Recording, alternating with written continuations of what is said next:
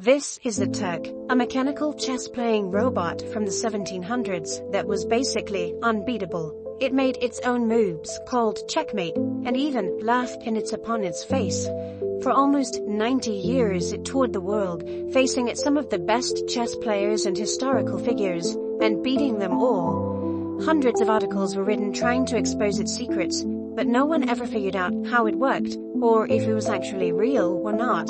Amazingly, the real secret behind this mysterious machine remained unknown for almost 90 years and was almost lost completely when the Turk eventually perished in a fire. We modeled the entire thing to show you how this incredible machine worked and how it managed to trick the entire world for almost a century. The story begins in Vienna in 1769, where a special event was being held by the Empress of Austria. At the event, the audience were being treated to a show by a famous French magician who performed illusions using magnets. While the audience was blown away, one man was less than impressed. Hungarian inventor Wolfgang von Kempelen. He worked for the Empress and promised that he would come back next year with a much more impressive creation of his own. And so, over the next 6 months, in the secrecy of his own home, he constructed the Turk. Kempelen revealed his creation at the next event, and it was an absolute hit. The audience watched on in amazement as this mysterious-looking mannequin came to life, moving around the chess pieces and destroying his opponent. Word spread quickly about the Turk, and soon hundreds of people around Europe wanted to take on the machine.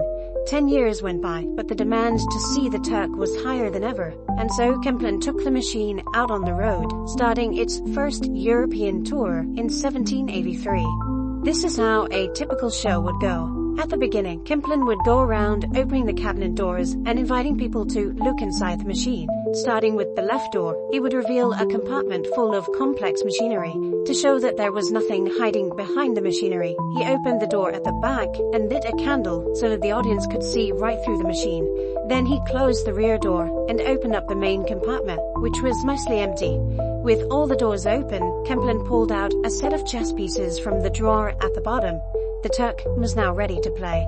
Kempelen would challenge the most intelligent member of the audience to try and beat the Turk, and almost always the Turk would come out on top. Kempelen and his machine continued traveling across Europe, playing some of the most skilled chess masters of the time. For the final game in France, the Turk went up against Benjamin Franklin. Despite being a chess fanatic, the Turk quickly defeated him with ease. After this, speculation behind the machine's authenticity started to ramp up. While many believed it really was a completely automated machine, some thought it was also being controlled by magnets, and some thought there was a small child operating the Turk from inside. But Kempelen was determined to take the secret to his grave, and in 1804 he passed away at the age of 70. The Turk was eventually sold to a German inventor called Johann Moltke for around $300,000.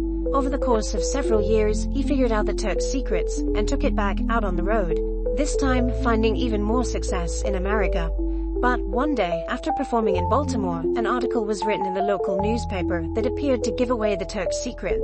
Two young boys had climbed onto the Turk's storage shed and saw Moltke opening the cabinet and a man climbing out of it. A few days later, the newspaper retracted the article because the boy's story couldn't be after figuring out the secrets behind his new machine. Moltke took the Turk back out on the road. One of his first opponents was none other than Napoleon Bonaparte, who he defeated with ease. Moltke and the Turk spent the next 20 years touring all the way from Boston to the Mississippi River and everywhere in between. The Turk was more popular than ever, but still nobody knew if it was real or not. Famous poet Edgar Allan Poe was invited to inspect the machine and ended up writing an essay on how he thought it worked. He thought that there was simply a man underneath the Turk's clothing that could see the chessboard and was making all the moves. Moltke spent most of the 1830s touring America and Cuba with great success.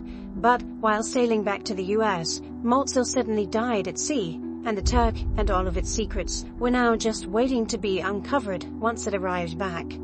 The machine eventually fell into the hands of Edgar Allan Poe's physician, who had always been interested in the machine. But by then, the Turk was 70 years old, and without a charismatic owner to put on the show, it was eventually donated to a museum in Philadelphia. It remained here for over a decade, until one day, a fire swept through and completely destroyed the Turk. It was, no doubt, one of the best-kept secrets in the world. It traveled everywhere, constantly under scrutiny from the world's brightest minds, and yet, even through multiple owners, it managed to take its secrets all the way to the end. It seemed like the secrets behind the Turk would remain unknown forever. But a year later, the son of the Turk's last owner published an article that would finally reveal the truth. These are the secrets behind the Turk. As it turned out, the Turk wasn't automated at all, and was, in fact, operated by a chess master hidden inside the machine at all times. The fake machinery and the bottom drawer didn't extend all the way to the back of the cabinet, and so there was space for the operator to sit with his legs stretched out under a fake floor. Before the left door was open, the operator would slide forward on a movable chair into the main compartment, closing behind him a secret door. The presenter would then open the rear door and show the audience that there was nothing but machinery inside. As the presenter closed the rear door, the operator would slide back into his original position, closing another door behind him and in front of him. The presenter would then open up the front and rear doors to the main compartment to allow the audience to see inside. Having seen right through the whole machine, the audience would now have full belief that no one could be hidden inside the machine. The doors were then locked, and the Turk was ready to come to life. The operator would slide back into the main compartment and open a hidden door inside the Turk's body, revealing a Campbell chessboard and a mechanical lever which would control the Turk's arm.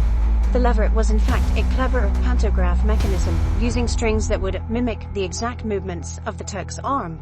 It had a pointer, which the operator could lift to raise the arm and twist to close the Turk's fingers. By moving the pointer over the chessboard, it would move the Turk's hand over the exact same square on the real chessboard. But how did the operator see the moves his opponent was making? Above the operator was a fake ceiling that could be taken down to reveal the bottom of the real chessboard. Under each square was a small magnet dangling from a copper wire. The chess pieces themselves also had magnets in their base, and so the magnets would get pulled up wherever there was a chess piece. As his opponent picked up a chess piece, the corresponding magnet would drop and wobble for about 30 seconds, allowing the operator to see what piece had moved and replicate it on his own chessboard. To this day, the original operator of the Turk is unknown, but during Metzel's tours, the machine was operated by an impressive list of chess masters, all of whom kept their part of the secret. Over the course of its 90-year career, the Turk played hundreds if not thousands of games, and won almost all of them. Amazingly, the story of these young boys seeing an operator climb out of the machine was almost certainly true, but the Turk went on to keep its secret for another 30 years.